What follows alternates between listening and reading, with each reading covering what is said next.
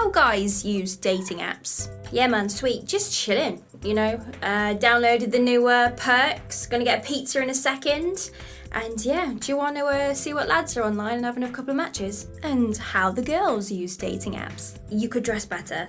That's a no from me. I mean, dude, you're 29. You definitely should know how to spell by now. That's definitely a no. Oh, you didn't even want to put a bio in. Simon, I don't know who you are, buddy, because there's 3 people in your profile picture. How guys approach girls at a bar. Dude, look at that. Female, 12 o'clock.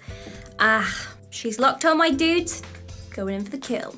How the girls approach guys at a bar. Okay, ladies, I have seen this guy over there standing by the bar and I'm just not really too sure. So the 4 of us, if we split up, Rachel, I want you to sit behind him, try and hack into his emails, figure out if he's dating anyone and what his ex was like. And then Samantha, I want you to sit in front of him, but look kind of ugly so that when I sit across the bar from him, he's staring at me in comparison to you. And I'm just gonna flick my hair and try and get his attention, but not quite make a big effort. I want him to put the work in. And Chloe, I need you to go in closer because I'm feeling that he's typing with a cracked screen. And you know what we say about that, ladies? We don't like guys that can't afford to repair their mobile phone screens.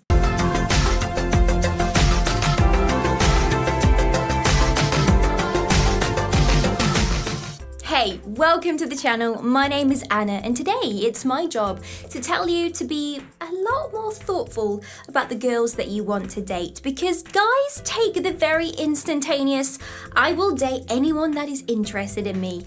Whereas the girls are very, very, very, very thorough about who they choose to swipe left or right and who they choose to go on a date with. But I have to be honest, trying to find a girl that you actually like, who is compatible with you, it is not going to be easy. It does involve a lot of waiting around, a lot of wasted dates, chasing, and then being super ruthless to cut off girls that really are not your match. But I tell you, it's so worth it.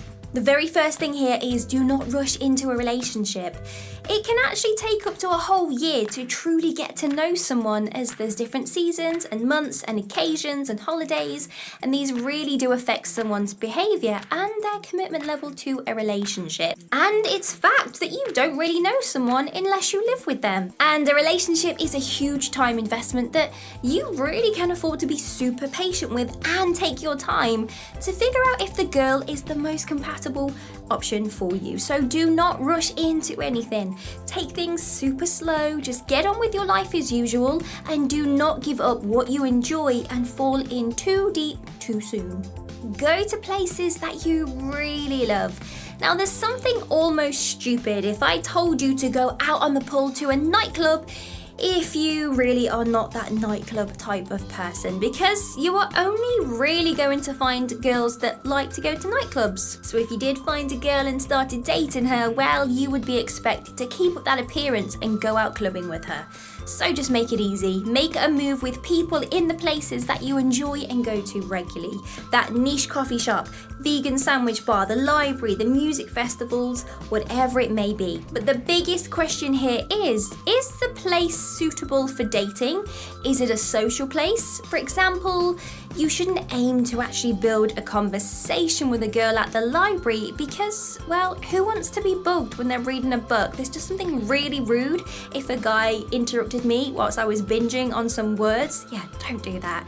So unless you think you have a big chance, and of course you can kind of peer over the edge of her book. Also, is this place covered by other guys thinking it's a great place to hook up with women? Because if it is, women will know a mile off what you guys are trying to do and they just won't ever turn up. But this doesn't actually include physical places. You can have virtual meetups, they still work amazingly well. And it is as simple as finding an online group that you can enjoy, and you have to be active in there and you will definitely find them. Date multiple women at once. Now, no, I am not supporting the player mentality, I'm just telling you to not put all of your eggs into the same basket. So it's fact that you would be much less likely to date a girl that you feel in your gut isn't really worth it if you know you have many options around you. So I'm not actually saying that you need to be in a serious relationship with 3 girls at the same time. All I'm actually trying to say is that keep your options open and try to delay that first stage of dating so that in the non-commitment stage you can have a couple of girls that you are texting to find out who is the final contender. Find her on a dating app, but if you do, you have to have low expectations.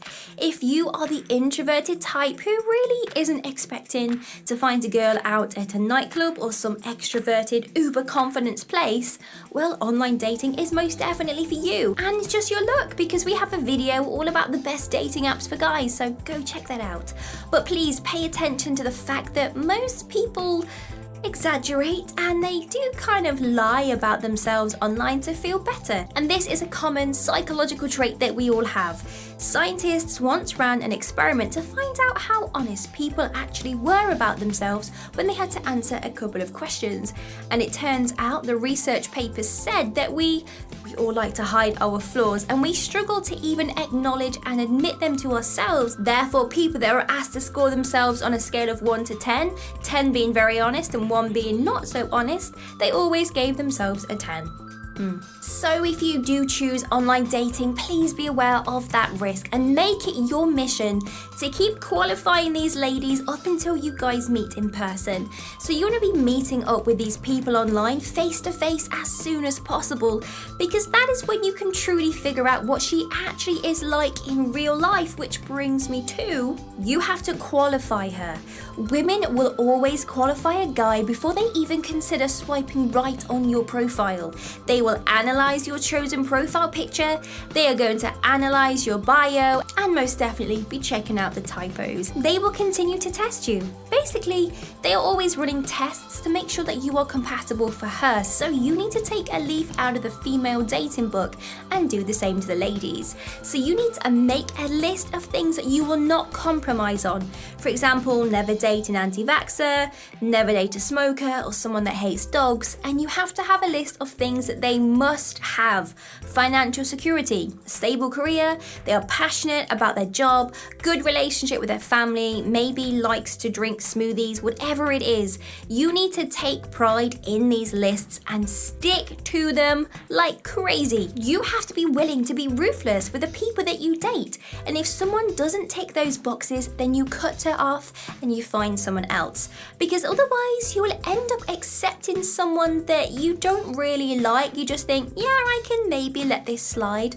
But if you didn't like the trait to begin with, you are definitely going to try to indirectly change that person throughout the remainder of the relationship. And plus, you make dating that much harder for yourself if you just accept everyone. So why accept second best when you can most definitely have number one? Duh. And this may sound super picky and a bit kind of selfish and rude, but this is what a high value guy will do. Just think we do this when we're trying to hire people for a job. Why can't you do it with your relationships?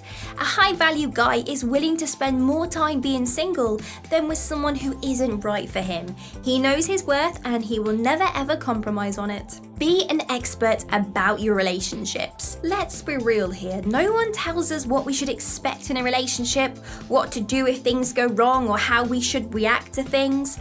We kind of just set out to find someone and feel that we just need to suck it up when things get uncomfortable and just plod on. But instead, you can do your own research about what makes a relationship super healthy. And obviously, you have to be willing to work on your own weaknesses. And if you know that you have an unhealthy attachment style, then buddy, you've got to spend your time resolving this. So don't assume that the relationships that you are currently surrounded by with your friends and your families and those that you grew up with are actually healthy, because you would be surprised, at how many couples just stay together because of how much time they've invested into the relationship, which is pretty silly now, isn't it? And when you feel a lot more clued up about what a healthy relationship is, you will become a lot wiser to those red flags and less likely to accept poor behavior from a woman, which means you get rid of the gold diggers, you get rid of the women that only value for your looks because these are not worth it. Now, a great book to read is Attached by Emil Levine and The 5 Love Languages by Gary Chapman. These are perfect bits of knowledge that you need to be storing inside that brain capsule to make sure you have a very healthy relationship. We've made it to the end of the video, and if you want to binge some more, well, check out these links next to my head. But if you want to have instant secret access to a hidden side of our YouTube channel, then there is a link in the channel description bar below where you get access to a secret membership perk. And I'm not going to tell you too much about it, but go check it out. I hope you have an amazing day. Like and subscribe.